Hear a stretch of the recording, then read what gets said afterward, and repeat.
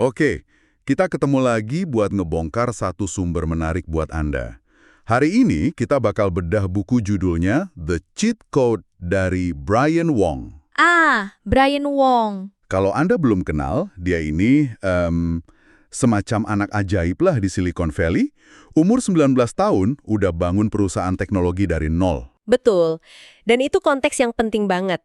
Maksudnya, semua nasihat di bukunya ini bukan sekedar teori, tapi hasil dari pengalaman langsung. Pengalaman di medan perang bisnis yang keras gitu ya. Tepat.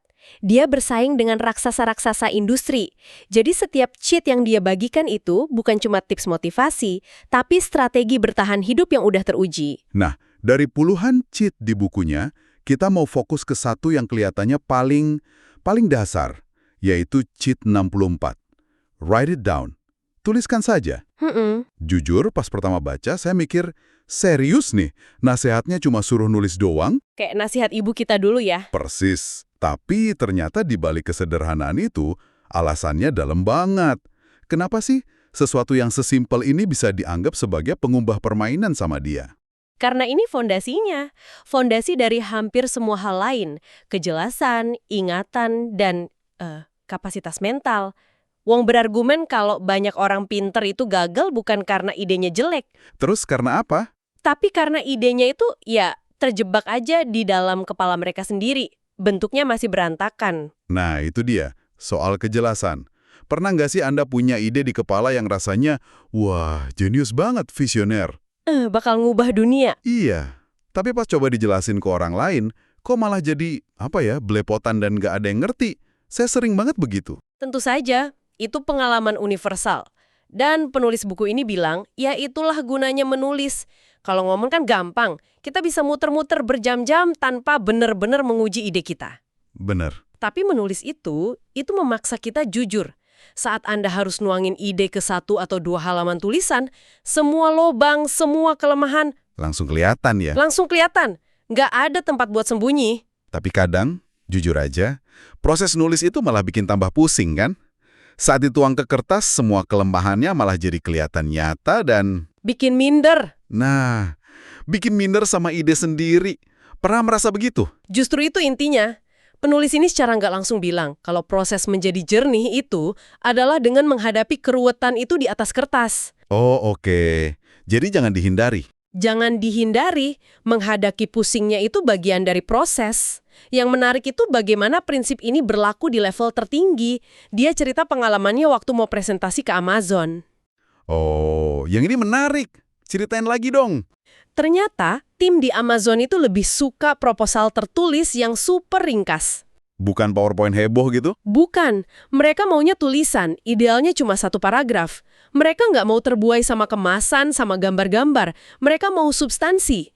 Dan cara terbaik menguji substansi sebuah ide ya lewat tulisan.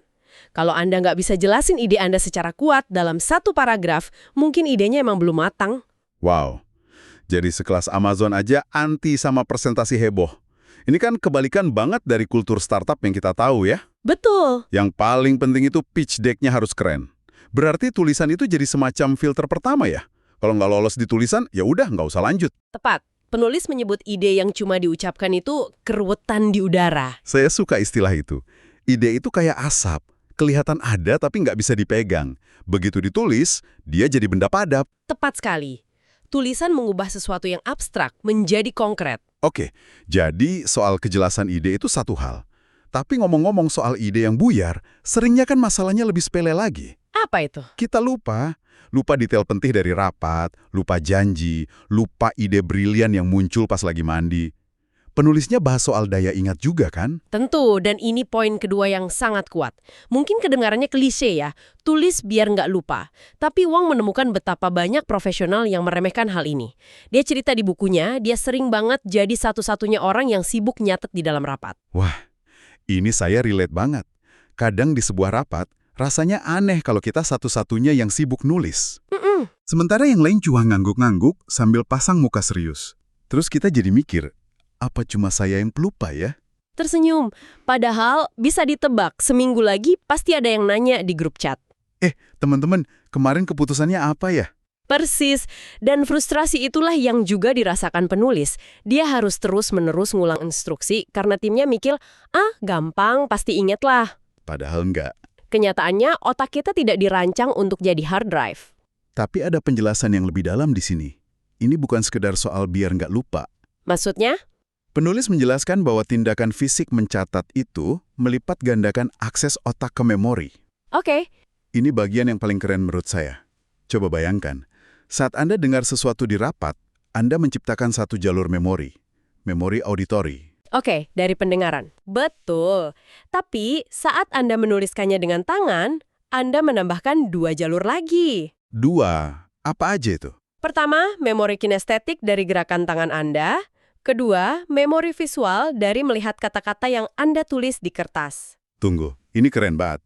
Jadi dengan satu tindakan simple, yaitu menulis, kita sebenarnya lagi bikin 3 backup. Atau 3 jalan tol. 3 jalan tol menuju satu informasi yang sama di otak kita. Pantesan lebih nempel, saya nggak pernah kepikiran sejauh itu. Ini bukan lagi life hack, tapi beneran nggak hack cara kerja otak kita. Benar, Anda secara sadar menciptakan jejak memori yang jauh lebih kuat dan berlapis. Makanya seringkali kita bahkan nggak perlu lihat catatan kita lagi, kan? Oh iya, bener juga. Karena proses menuliskannya itu sendiri sudah cukup untuk mengukir informasi itu di otak. Masuk akal banget. Dan kalau dipikir-pikir, efeknya pasti lebih besar dari sekedar mengingat hasil rapat.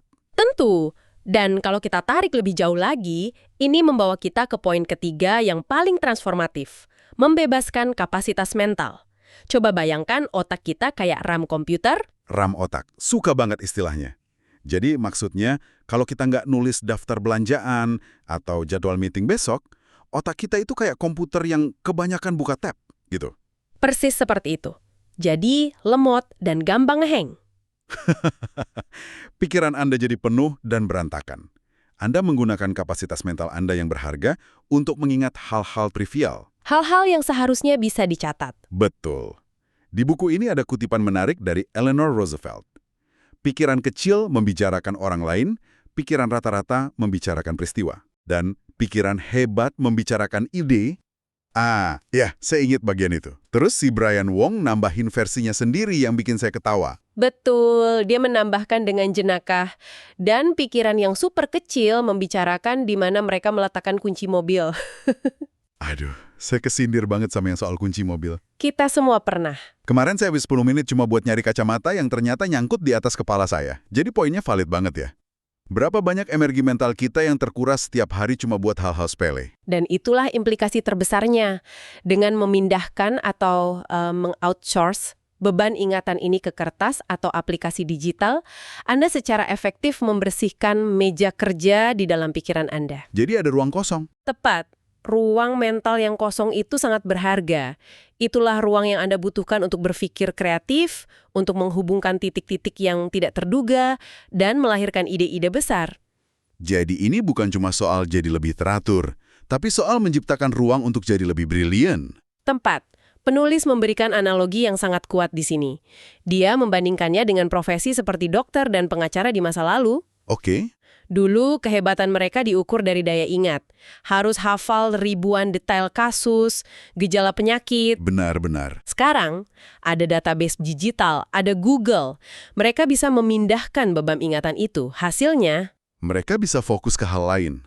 mereka jadi bisa lebih fokus pada kemampuan yang lebih tinggi yang nggak bisa digantikan mesin. Empati, analisis holistik, pemecahan masalah yang lebih kreatif. Jadi kita bisa melakukan hal yang sama untuk diri kita sendiri. Dengan menuliskan hal-hal sepele, kita seolah-olah mengupgrade otak kita agar bisa fokus pada pekerjaan level CEO. Itu cara sempurna untuk melihatnya. Kita mendelegasikan tugas-tugas administratif dari otak kita, agar CEO di dalam kepala kita bisa kerja maksimal. Oke, jadi kalau kita coba rangkum sejauh ini, menulis itu bukan cuma soal bikin notulen rapat. Ini alat super untuk mencapai kejelasan berpikir. Betul, memaksa ide jadi konkret. Ini juga penguat memori yang didukung sains cara kerja otak kita, dengan menciptakan 3 jalur ingatan sekaligus. Dan yang paling penting, ini adalah strategi Marie Kondo untuk pikiran kita, membersihkan semua keruwatan mental. Supaya bisa fokus pada hal yang benar-benar penting. Rangkuman yang sempurna. Dan pada level yang paling dasar, penulis menyampaikan kesimpulan akhir yang sangat lugas. tanpa basa-basi. Apa itu? Dia bilang kebiasaan mencatat adalah tanda paling jelas bahwa Anda orang yang terorganisir. Dan dia bahkan dengan tegas menyatakan orang yang tidak teratur tidak akan bertahan lama di perusahaannya. Wah, tegas juga ya dia. Sampai bilang gitu. Berarti bagi dia, ini bukan lagi soal life hack atau pilihan gaya hidup. Bukan. Tapi sudah jadi standar profesionalisme yang tidak bisa ditawar. Benar sekali. Dalam dunia bisnis yang bergerak secepat sekarang, keteraturan bukanlah kemewahan. Itu sebuah keharusan. Saringan paling dasar untuk melihat apakah seseorang serius atau tidak. Jadi itulah pembahasan mendalam kita tentang CHIT 64. Write it down. Sebuah ide yang di permukaan terlihat, ya ampun sederhana banget. Ya elah, cuma nulis doang. Iya, tapi ternyata dampaknya berlapis dan luar biasa. Mulai dari kejernihan ide, penguatan memori, sampai pembebasan kapasitas mental untuk kreativitas. Betul. Nah, setelah kita obrolin semua ini, mungkin pertanyaan buat Anda sekarang adalah, beban ingatan apa sih yang selama ini tanpa sadar menuhin kepala Anda? Informasi apa yang bisa Anda outsource hari ini juga, supaya otak Anda punya lebih banyak ruang untuk memikirkan ide cemerlang Anda yang berikutnya? Pertanyaan yang bagus banget buat direnungkan. Tapi ini jadi menarik ya, ngomong-ngomong soal outsource. Penulis kan bilang era digital bikin proses mencatat jadi lebih gampang. Ada Evernote, Notion, macam-macam. Benar, alatnya ada di mana-mana. Tapi ini justru memunculkan sebuah pertanyaan baru. Pertanyaan apa? Kita sudah bahas bagaimana menulis bisa membebaskan otak kita untuk berpikir lebih kreatif. Nah, itu dia. Tapi sekarang kan ada AI yang bisa mencatat, bahkan bisa langsung merangkum pembicaraan rapat untuk kita secara otomatis. Kalau sudah begitu, apakah menuliskannya masih punya arti yang sama? Apakah manfaat psikologis dari proses menulis dengan tangan itu akan hilang? Itu dia pertanyaan provokatif untuk Anda bawa pulang. Kita membebaskan otak kita dari beban mengingat. Tapi dengan AI sekarang, jangan-jangan kita juga mulai memindahkan proses berpikir dan menyimpulkan itu sendiri. Dan kalau begitu, harga apa yang mungkin harus kita bayar untuk kebebasan mental dan kemudahan yang luar biasa itu? sesuatu untuk Anda pikirkan.